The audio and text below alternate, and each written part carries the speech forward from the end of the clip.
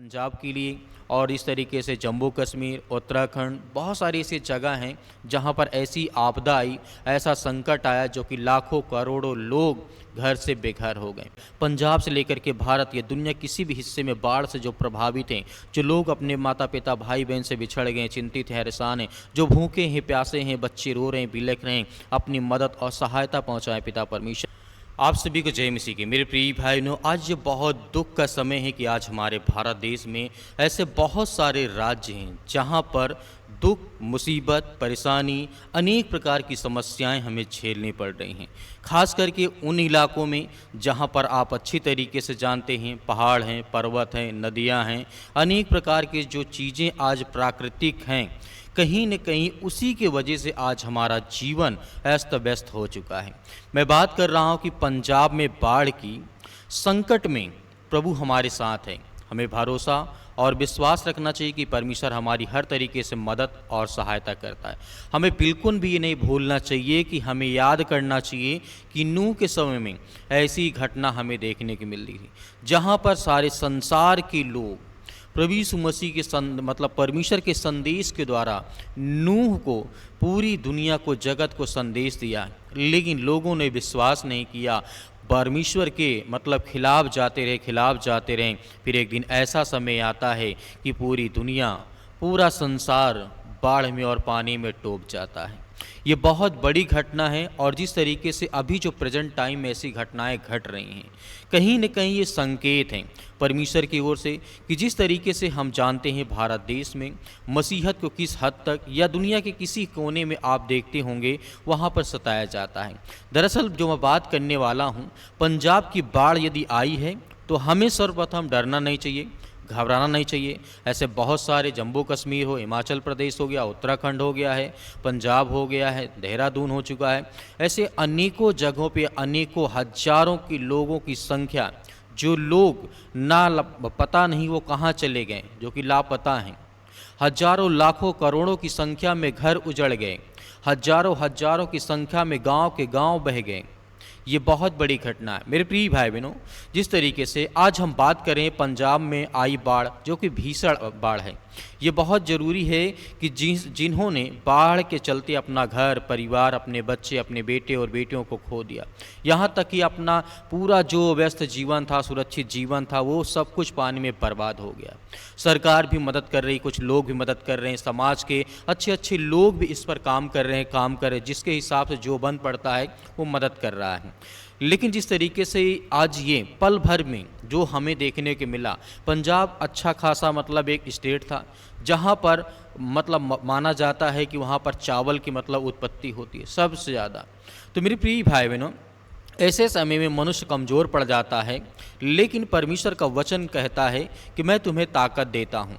भजन संगीता अध्याय 46 और वचन नंबर 1 में बाइबल कहती है, परमेश्वर हमारा शरणस्थान और बल है, संकट में अति सहज से मिलने वाला वह सहायक है। यह बात मैं इसलिए कह रहा हूँ क्योंकि हम जानते हैं जिस तरीके से सितंबर 2025 में लगातार बारिश और नदियों का उफान पंजाब को डुबा दिया। 1900 से ज़्यादा गांव जो कि जलमग्न हो गए, मतलब 1900 जो गांव हैं पानी में बह गए, डूब गए। और जिस तरीके से यहाँ पर हमें देखने को मिला है कि लगभग 3.4 मतलब 84 लाख लोग प्रभावित हुए, जो कि 43 लोगों की जान जो जा चुकी है। लेकिन ये आइडिया या फिर ये अनुमान लगाना थोड़ा सा मुश्किल होता है। जहाँ पे बाढ़, आंधी, तूफान आती है, पानी बहुत ज़्यादा, जल स्तर बढ़ जाता है, वहाँ पर ये पता लगाना कितने लोग बेघर हो गए, कितने लोग मर गए, कितने लोग जीवित हैं, कितने लोग कहाँ गए, ये अनुमान थोड़ा कम होता। लेकिन जो भी सरकारी डेटा है वो कहीं ना कहीं उसके हिसाब से हमें बात करनी चाहिए। मेरे प्रिय भाई बहनों, हमें वह दृश्य को याद रखना चाहिए जहाँ पर नूह के समय में, जो हमें याद दिलाता है जब पृथ्वी पूरी जलमग्न प्रग डूब गई, लेकिन परमेश्वर ने नूह और उसके परिवार को बचा लिया। उत्पत्ति अध्याय 7 में लिखा हुआ है।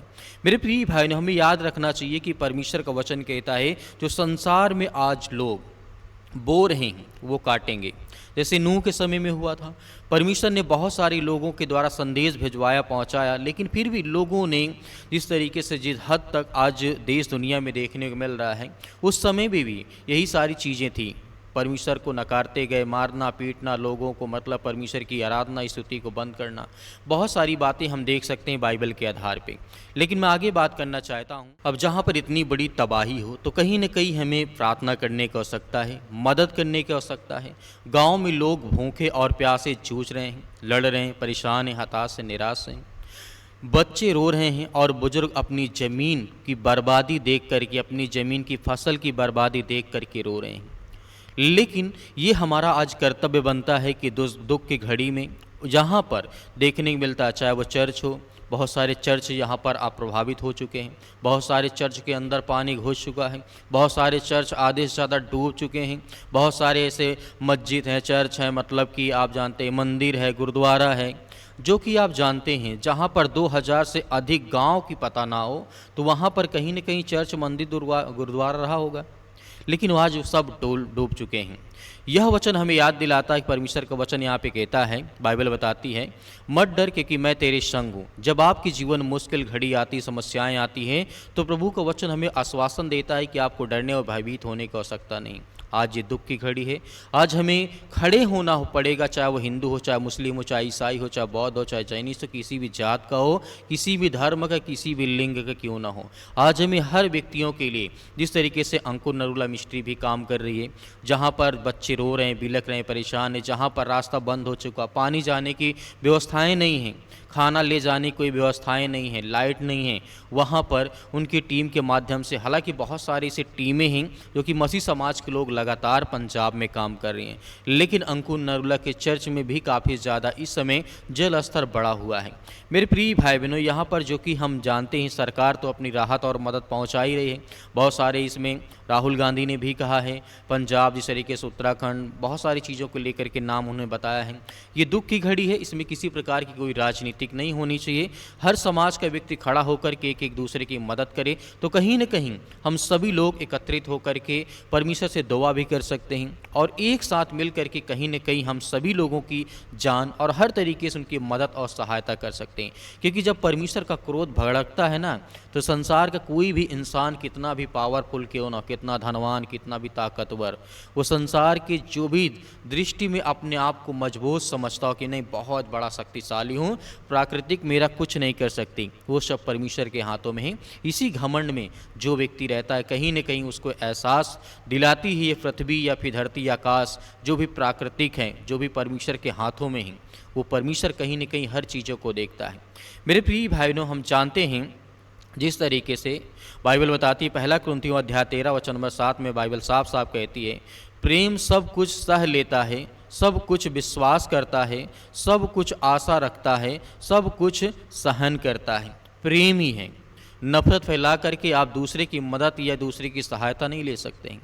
मेरे प्रिय भाई बहनों, इसीलिए यीशु मसीह ने कहा है, चाहे आर्थिक हो, चाहे सामाजिक हो, चाहे किसी भी दृष्टि में आप रह रहे हों, संसार के किसी भी हिस्से में, किसी भी कोने में, आपको विश्वास और भरोसा बनाए रखना है। सर्वप्रथम आपका प्रेम, आपका प्यार होना चाहिए। मेरे प्रिय भाई बहनों, उस सभी देशवासियों के लिए जो अपने जीवन में, खास करके पंजाब के लिए और इस तरीके से जम्मू कश्मीर, उत्तराखंड, बहुत सारी ऐसी जगह हैं जहां पर ऐसी आपदा आई, ऐसा संकट आया जो कि लाखों करोड़ों लोग घर से बेघर हो गए। मेरे प्रिय भाई बहनों, ज़्यादा तो कुछ नहीं कहना चाहूँगा, सिर्फ इतना कहूँगा कि आप सभी लोग दुआ करें, प्रार्थना करें, विनती करें कि परमेश्वर उन हर व्यक्तियों को, चाहे वो किसी जात का हो, किसी भी समुदाय का हो, क्योंकि तू परमेश्वर हर एक प्राणियों को बचाने वाला, तू सर्वशक्तिमान परमेश्वर है। छोटी सी प्रार्थना करते हैं। सर्वशक्तिमान परमेश्वर, हम धन्यवाद करते हैं आज इस पवित्र दिन के लिए कि प्रभु, जितने भी आज आपके बच्चे, आपके बेटे और बेटियां पंजाब से लेकर के भारत या दुनिया किसी भी हिस्से में बाढ़ से जो प्रभावित हैं, जो लोग अपने माता पिता, भाई बहन से बिछड़ गए, चिंतित हैं, परेशान हैं, जो भूखे हैं, प्यासे हैं, बच्चे रो रहे हैं, बिलख रहे हैं, अपनी मदद और सहायता पहुँचाएँ पिता परमेश्वर। किसी न किसी के माध्यम से आज परमेश्वर आप उनकी मदद करते हैं, सहायता करते हैं। उन सभी जो दुखी हैं, चिंतित हैं, परेशान हैं, हताश हैं, आज जिनका घर बह गया, जो डूब गया, जो लोग लोग आज परमेश्वर आपके पास आ चुके हैं, उनके लिए दुआ भी करते कि प्रभु उन्हें आत्मा में शांति दे, उनके जीवन की हर तरीके से आप मदद और सहायता करें। जो आज इस समय पृथ्वी पे जो अहंकारी लोग थे, जो घमंडी लोग थे, उनका सब घमंड टूट गया। मेरे प्रिय भाई बहनों, परमेश्वर आज हमारी हर तरीके से परमेश्वर मदद और सहायता करता है। हम प्रभु यीशु मसीह के नाम से वो हर चीज़ों को, हर बातों को रखते हैं कि परमेश्वर इस बाढ़ में फंसे हुए लोगों को परमेश्वर आप बचाने पाएँ और हर तरीके से आप उनकी मदद और सहायता करने पाएँ। प्रभु यीशु मसीह के नाम से हम दुआ और प्रार्थना और विनती करते हैं और दिल से धन्यवाद करते हैं कि परमेश्वर आपने प्रार्थना को सुना। यीशु मसीह के नाम से पिता परमेश्वर, आमीन।